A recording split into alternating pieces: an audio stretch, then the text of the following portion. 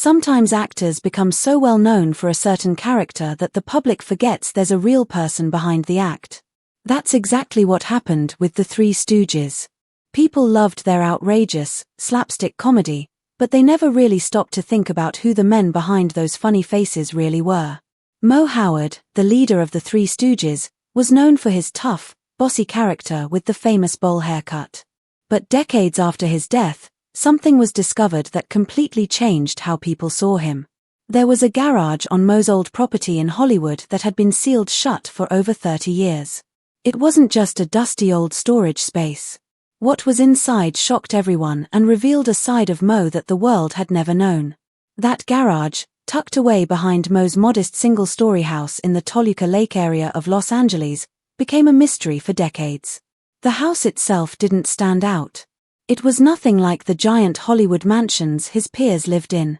Moe preferred a quiet life, far from the spotlight. He was known in the neighborhood as friendly but private. He would wave to neighbors and exchange a few polite words, but he never talked about his fame or what he did for a living. And then there was the garage. It looked like a normal outbuilding, but its windows were covered, and the door was locked with heavy padlocks. Nobody went in or out. Even the mailman who had been on the route for years noticed how strange it was. He said it seemed like Moe was hiding something very important in there.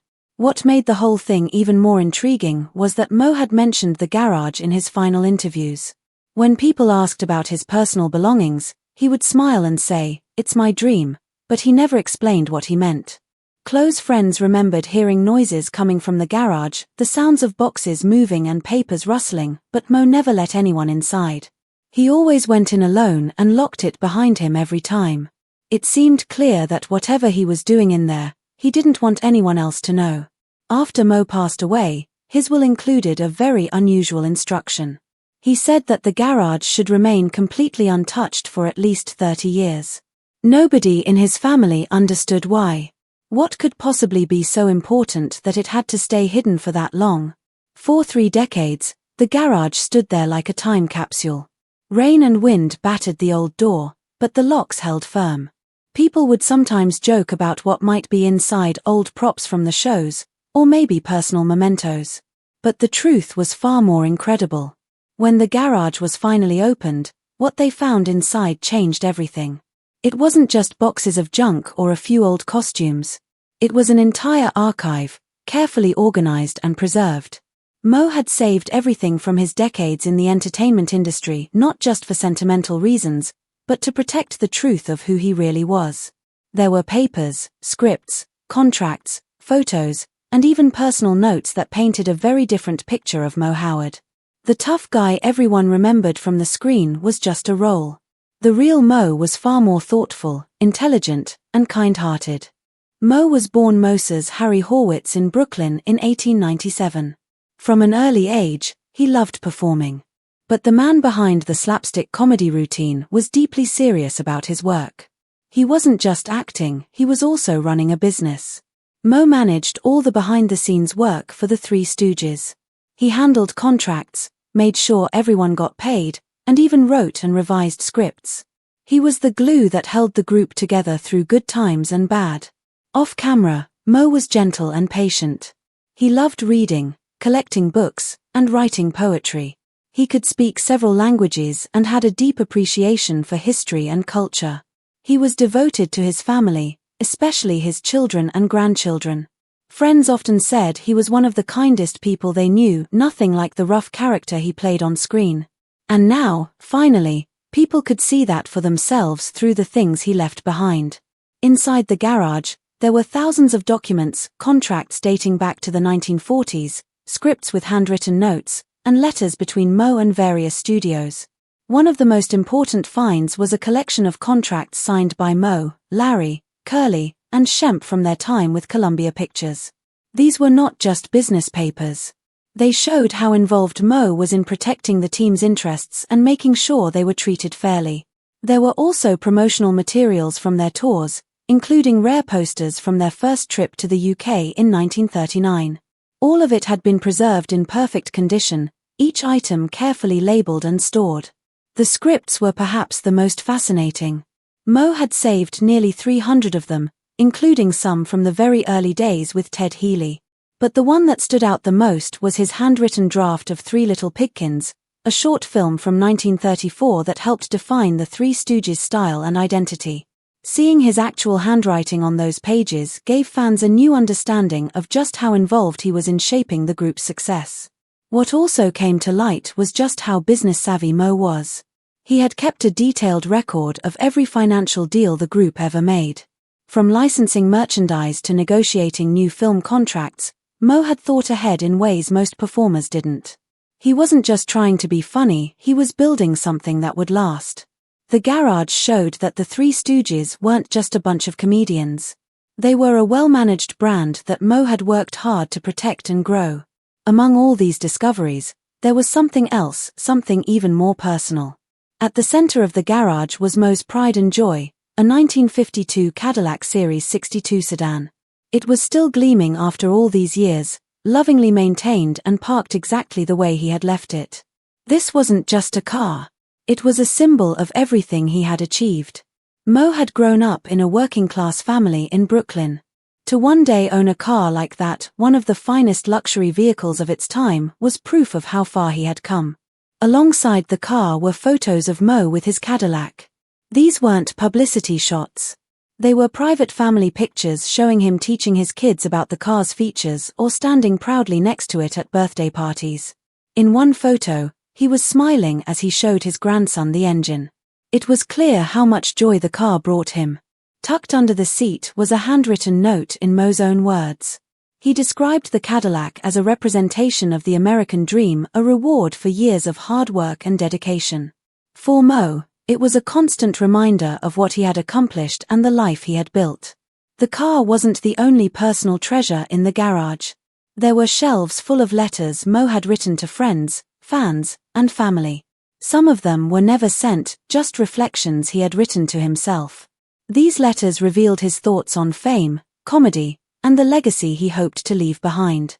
In one particularly moving letter, he wrote about how he never wanted to be remembered as just a guy who hit people for laughs. He wanted people to know he had a heart, that he had tried to do right by everyone he worked with, and that he had poured his soul into his craft. There were also books filled with notes, observations about comedy, audience reactions, timing, and delivery. Moe had studied humor like a science.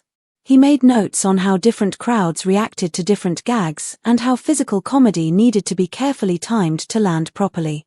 It was clear he was always learning, always trying to get better. Even more surprising were Moe's poems. He had written hundreds of them, many inspired by his childhood, his wife, and his reflections on aging. Some were funny, others deeply emotional. One poem was about missing his brothers, especially Curly, who had passed away years before Moe did. It spoke about laughter shared and moments lost, and it showed just how much Moe had carried in his heart. As more and more items were unpacked, it became clear that Moe had created a personal museum. Everything was catalogued and protected. He wasn't just saving these things for himself, he was preserving history. He had hoped that one day, the world would see the full story of the Three Stooges, not just the laughs but the love, the effort, and the vision that went into it all. He wanted people to understand that their legacy wasn't just about being silly. It was about resilience, brotherhood, and passion.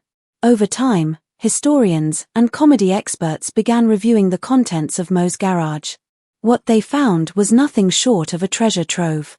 The materials offered new insights into the entertainment industry of the 1930s to 1960s and gave scholars a rare behind-the-scenes look at one of the most beloved comedy teams in history. Exhibits were planned, documentaries were made, and fans everywhere began to see Moe Howard in a new light. He wasn't just a bossy character with a bowl cut. He was a visionary, a caretaker of a brand, and a deeply thoughtful man.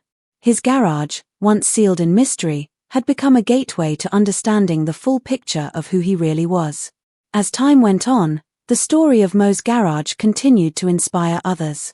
Writers, actors, and fans all found something meaningful in what he had left behind. Some saw it as a lesson in humility, that someone so famous could live such a modest life and still be proud of what he'd built. Others saw it as a call to protect and honor our personal stories. Moe had carefully saved the things that mattered most, not for fame, but so that someday people could truly understand him. In the end, the garage wasn't just a storage space. It was a legacy, a reflection of a man who gave the world laughter while quietly building something lasting behind the scenes. The world knew Moe Howard as a stooge, but inside that dusty old garage, we finally met Moses Horwitz, the man, the father, the friend, the dreamer. And through his hidden treasures, we discovered that sometimes the loudest voices come from the quietest places.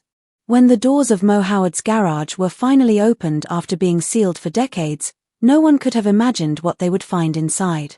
For over 30 years, this garage remained untouched, exactly as he had left it. Moe, known as the leader of the famous comedy group the Three Stooges, had left strict instructions that it should not be disturbed. What the world didn't know was that behind those locked doors was something far more meaningful than just old belongings. It was a carefully preserved time capsule of his entire life. It wasn't just a garage full of memorabilia, it was a monument to his career, his family, and his hidden personal side that no one had ever seen before. The garage contained more than 1,100 individual items. Each one was neatly stored and labeled, not randomly thrown together like many old collections. These were not just souvenirs or things he'd picked up along the way. Every item had been saved on purpose, part of a plan. Moe had been deeply focused on preserving the story of his life and career, not just for himself but for future generations. The level of care and detail showed a man who didn't want to be forgotten and who knew exactly how to make sure that didn't happen. Among the most valuable pieces was an original movie poster for the 1935 Stooges short Uncivil Warriors. This wasn't just any poster, it was Moe's personal copy. Years later, this single item would be valued at $30,000. That kind of value wasn't just about money. It proved that Moe had understood the importance of what he was keeping. He wasn't just an actor or a comedian, he was someone who knew the power of legacy and how to protect it. The garage also held about 100 original scripts from the group's live performances. These weren't printed copies from a studio. These were real working documents, filled with handwritten jokes, edits, and notes in Moe's own handwriting. The papers gave people a rare look into how the Three Stooges created their famous comedy. They showed the creativity, planning, and effort that went into every performance. They showed that Moe wasn't just acting in someone else's script, he was part of the writing, the editing, and the creation of every laugh. But that wasn't all. The garage also contained rare promotional materials from their international tours. Posters and flyers from as far back as 1939 when they first visited Britain were still in excellent condition. One of the most notable items was a poster from their show at the Blackpool Palace during their very first visit to the United Kingdom. These items told the story of their worldwide fame. It was proof that they weren't just American icons, they were global entertainers, and Moe had gone out of his way to save the evidence. Then came the more personal items, things that told a story that fans never knew. Family photographs, private home movies, and personal scrapbooks were all carefully saved. There were clips of family holidays, footage from Curly's wedding, and pictures of simple moments shared between loved ones. These personal artifacts showed another side of the Stooges, the human side. They were not always the wild, goofy characters people saw on screen. They were husbands, brothers, and fathers. And Moe, who often played the tough, loud leader, turned out to be one of the most caring and thoughtful of them all. Moe also kept letters, awards, signed photographs, and official documents related to their careers. These were things he had held onto throughout his life, and they were all kept in the same place, untouched since his death in 1975. The fact that everything remained together for so long made the collection even more powerful. It wasn't broken up and sold piece by piece. It was preserved as a whole story, Moe's story. That was clearly his plan. But then came something that no one expected, something that shook the very understanding of who Moe Howard really was. Hidden among the papers was a passport dated May 11, 1939. What made this document so important wasn't just the date. It was the name on it, Moses Horwitz. For decades, fans had believed his name was Moses Horwitz. But this passport proved otherwise. This wasn't just a spelling error. It was a carefully chosen change. Moe had been using a slightly different identity during his life and career. This discovery opened the door to a much deeper truth. Why had he done this? What did it mean? As researchers looked through more documents, they found contracts, letters, and legal papers using different versions of his name. Sometimes it was Horwitz. Sometimes it was Horowitz. Other times, it was just Moe Howard. It became clear that Moe had been managing multiple versions of his identity very carefully. He understood how much power a name could have, especially in Hollywood. The fact that he'd gone to such lengths to separate his birth name, legal name, and stage name showed just how thoughtful and deliberate he had been in controlling his public image. There were also letters from studios, agents, and lawyers about his name. These weren't mistakes. They were part of a long-term strategy. Moe had made choices about how he wanted to be seen by the world. And those choices had protected his privacy, shaped his brand, and maybe even protected his family. It was something fans had never imagined. Behind the loud, angry, eye-poking stooge was a man who knew exactly what he was doing every step of the way. But perhaps the most emotional part of the discovery was the writing, letters and poems that Moe had written to his wife Helen and their daughter Joan. One poem titled My Heart's Aglow was written in a hotel room in Boston. It read like something out of a romance novel. It was filled with deep, emotional words about love, dreams, and devotion. This wasn't something you'd expect from a man known for slapping and shouting in comedy routines. But this poem proved that Moe had a softer side, a side he kept hidden from the spotlight. He wrote, "My heart's aglow with thoughts of you every minute of the day. My heart's aglow with dreams so true, till the long night fades away." The poem was beautiful, heartfelt, and full of emotion. It showed a man who not only loved deeply but could express it in words. These writings weren't just scraps of paper. They were carefully kept with his professional materials. To Moe, his family was just as important as his career, if not more. And he wanted both stories to survive. Along with the poems were never-before-seen photos of Moe and his brother Shemp performing as Howard and Howard in the early days around 1919. Long before the Three Stooges became famous, these two brothers were already creating comedy together. These old photos were more than just images, they were pieces of history that told the story of how it all began. They showed the roots of the comedy empire that was to come. And then there were the home movies. Shot on 16mm film, these reels showed moments most fans could never have imagined. Birthday parties, holiday trips, quiet afternoons at home. Moe wasn't acting here. He was being himself, a kind, devoted father and husband. These films proved beyond doubt that the real Moe Howard was very different from the one audiences had come to know on screen. As Moe grew older and his health began to fail in the 1970s, he didn't slow down his preservation work. In fact, he began organizing everything even more carefully. He wrote what appeared to be a draft of his autobiography, handwritten and typed pages full of personal thoughts and reflections, all with detailed notes in the margins. These pages revealed a man who wanted to tell his story in his own words. He didn't want someone else deciding what his life meant.